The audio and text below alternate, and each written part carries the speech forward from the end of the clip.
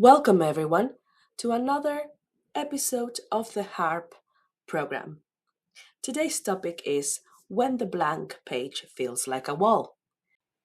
And if you are currently writing up any kind of academic or research text, this is the podcast you should be listening to. Let's meet the panelists. First, we have Mohammad Mufarikin Said, English teacher and SID alumnus. Next, we have Dr. Chun Yin Chan, also known as Helen. Helen is currently doing a postdoctoral study, and she's also SID alumna. And last but not least, we have Noor Amalina Binti, PhD researcher at the University of Manchester. Now that you know the panelists, I would like to start this conversation. First, I'd like to ask Mohammed to share his story or experience with the topic. Yeah. Excellent, thank you. Yeah. Hi everyone. Once again, my name is Mohammed Mufarikin, and I am MA TESOL alumnus from the University of Manchester. Just graduated from the university. I got the completion letter last month, I guess. And it's wonderful to be here today to meet all of you here. And it feels special to me because I met all of you guys, my tutors, and also my friend, my classmates. After a few months, I'm away from UK. And thank you again for inviting me for this session. And I will share to you like the topic that we have today, when the blank page feels like a wall. Yeah. Next slide, please. So the first time I write dissertations, the long project for research, and also the assignments, start from the very beginning of the academic year, I always ask, I always told to myself that I should write good research. But what is good research actually? At first, I think good research was something that complex research, something that sophisticated research, something that maybe methodologically impressive for everyone, maybe. But it was my earlier assumption actually, and those assumption, that kind of assumption, evolved throughout my academic journey. And I will go back to this question in the end of my presentations. Let's go to the next one. So I have these three questions. You don't need to answer these questions, but yeah, if you have the same answer with me, we have the same issues, we have the same problem, we have the same challenge. I ever sat down to write and suddenly felt stuck or pressure what to write. I experienced this kind of situations. And then on my hardest writing day, sometimes I spend not only minutes, not only hours, but sometimes days and weeks. I I feel stuck what to write. And then maybe all of you here or some of you here also agree that sometimes the toughest part of doing research is not the research itself, but getting the words out, simply starting how to write. Yeah, I experience this kind of situations too. And if you experience this, your struggle, my struggle was real, right? And it's complex. It's not actually, it has layers actually. And I will break it down to you, my experience in the next slide. The first one is the psychological one. I don't know where to start. Simply, where to start? Because being the students in the University of Manchester as an international student, sometimes I was confused where to start, what to write.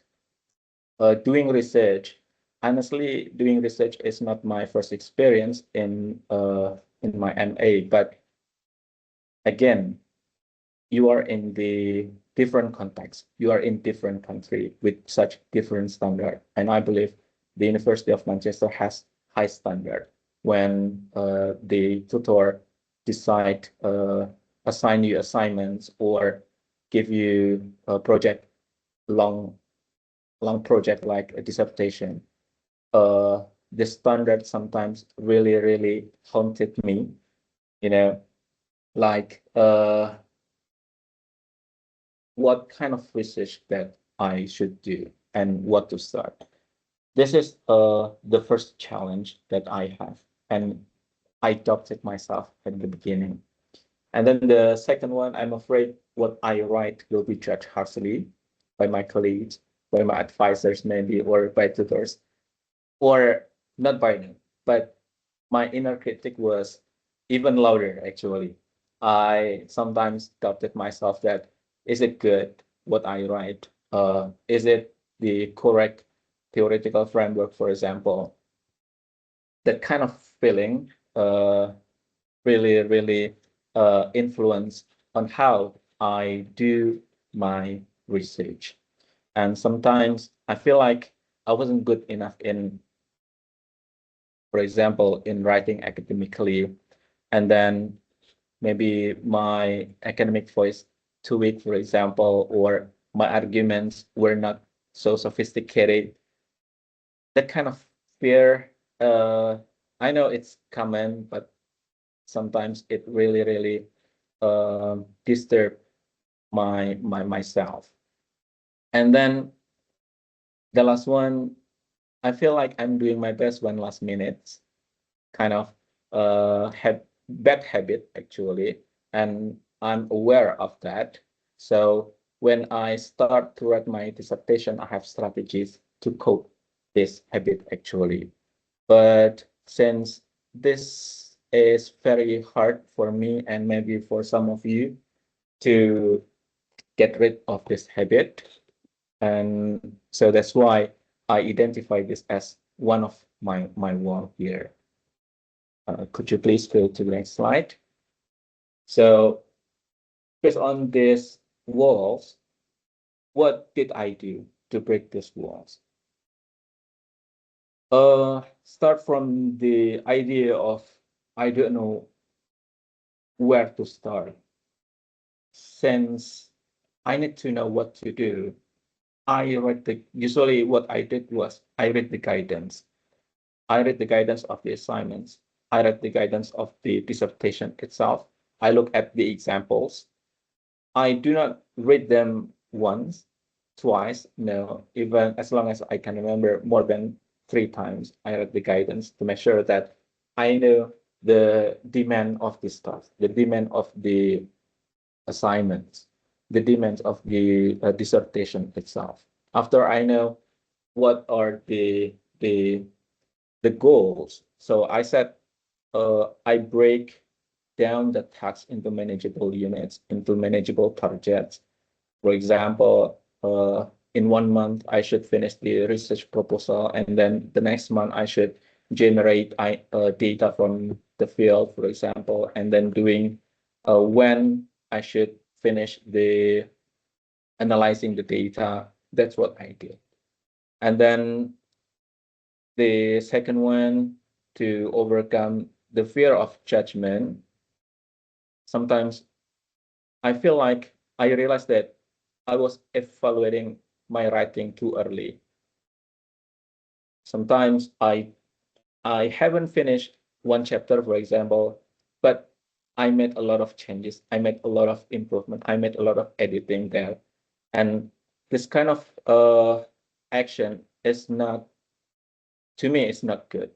It's better for us to finish one chapter, for example, and then make editings for that chapter, because too much evaluation is sometimes not really good, because when we do dissertation, for example, our time is limited. And then And then supervision meetings actually with the supervisors. I was afraid that my supervisor will judge my writing, will give bad comments, for example. But I was fortunate because I never get such comments, bad comments, both for my assignments and also my dissertations too. All of the comments that I received was very constructive to make my assignments better. And then for the overcoming procrastinations, the bad habit, what I did was I pushed myself to create small habits, but effective one. Maybe my friends often met me in the library or Alan Gilbert Learning Common because I pushed myself to go to library or Alan Gilbert almost every day, actually. Almost every day. If I cannot come in the morning, I will come in the afternoon. If not in the afternoon, I will come at night because that kind of small habit really helped me to finish the project based on the schedule. And showing up regularly made writing less intimidating for me. And then this kind of consistency actually really helped me in finishing the research itself. And then the next one, that's what I did actually. And then I also fortunate that in breaking the walls, I didn't do it alone because I got a lot of support from the university. Like the first one, for the academic writing guidance, the DRC class, developing research competence class, it really helped me to, it gave me the foundation in doing research, give me guidance in doing research. Start from the very beginning, from choosing a topic until writing the research report. It's very beneficial for me. And then the academic setting session, like this one, like HARP sessions, I still remember when I got good suggestions from Niley at that time when I was confused in deciding which theoretical framework that I need to choose for my dissertations. And also session like postgraduate academic enlightenment, PAE, and then some workshops like from library. I ever joined how to use EndNote. So it really helped me to write references in my dissertations too. This kind of support really helped the students to do their research. And then supervisors, like I said before, my supervisors was really helpful, was very constructive, was really, I say, is the collaborators in doing research, actually, because the questions that he asked me, and then also the the ideas that he shared with me, those things really help me to decide which one is the important one to be included in the research and how to make our research better. Like, for example, I got suggestions on how to present the results in a more efficient way, in a better way. Instead of in paragraphs, for example, you can make it in a table, in a graphic form that will be helpful for the reader to read my research. And then also the peer support from my classmates. We motivate each other to finish the research, and then also sometimes even short conversations, 5 minute, 10 minutes conversation sometimes really help us to answer or to solve our problem in doing research. And then the university facilities, like I mentioned before, library, Alan Gilbert Learning Common. In this kind of environment actually motivate us to do the project, because when we go to library, when we go to Alan Gilbert, everyone doing their research. So if I do not do the work, yeah, we will be left behind, right? So it motivates me to finish the research. And then, so throughout this process, what's my final takeaway? Yeah, I arrived at a simple but profound understanding that a good piece of research is not necessarily to be complex. It's not necessarily to be perfect one. It's not necessarily to be the big one.